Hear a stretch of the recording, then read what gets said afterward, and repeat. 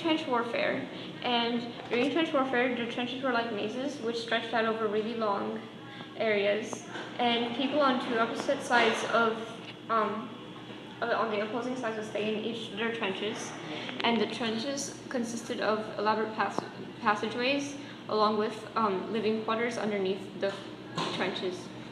In between the trenches was a place called No Man's Land, which was basically the firing zone. And the uppermost trench would be the forward listening post, and there would be bridges across them. Communication trench between the two frontline trenches and the support trench.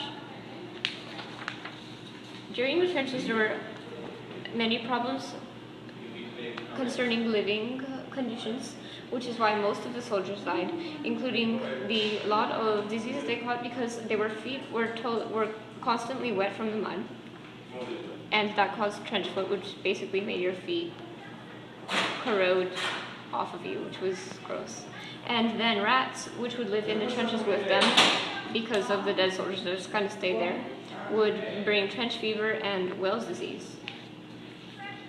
The soldiers had to live there for months at a time, and therefore they had a lot of equipment, including a havoc sack to keep everything they need in there, a helmet for when they were firing, an eating tin for the one meal a day they got, which was breakfast, and a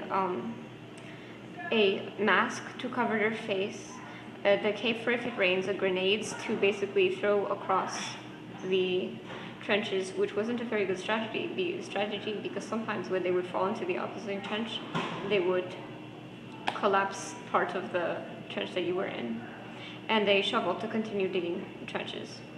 Their feet had boots on and puttons, and that would help keep them dry, although it didn't work very well. One of the most dangerous things about doing warfare in trenches was that the enemy could drop bombs with gas on them, which would be the mustard gas, there's lots of chlorine, and it'd be yellow, so they had gas masks to wear. Even so, like many soldiers died during the attacks, along with Hitler was a soldier during the time, and he became blind temporarily from the gas. And this would be a diagram of what would be here. This would be bringing fresh air, the little holes did, and the nose cup and the nose cup valve would filter through the air that's coming from outside.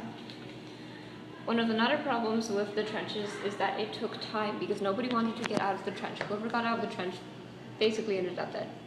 And the soldiers would wake up, work on the trenches, then they would eat breakfast, and if nothing's happening, then they just have to pass the time by doing anything they can. At the end of the war, this was the most common war strategy and was used by almost all of the European nations, and the trenches took up almost 10,000 kilometers of trenches, and over 200,000 men died in the trenches simply from being fired at, not even counting in the natural death.